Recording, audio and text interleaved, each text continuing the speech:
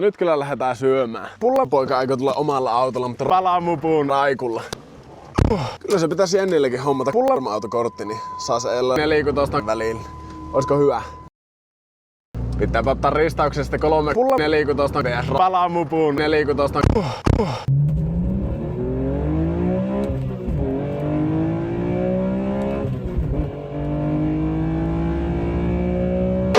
Ai! Ai saakeli! Nätisti pyörähti. On se luottopeli, kerta kaikkiaan. Hirveän kuulonen. Eiköhän tämpästä renkaat pois, niin päästään suorittamaan ankarat peijaiset. Nyt nähdään, että mitä se oikein puhuu.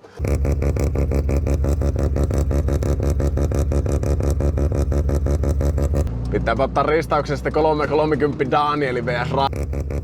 Raimo.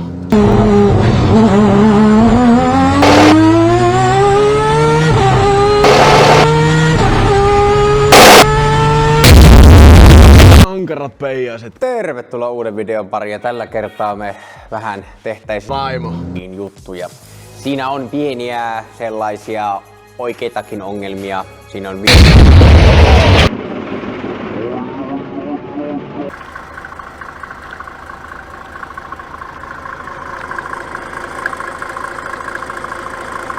pitää ottaa ristauksesta 3-30 Danieli vs.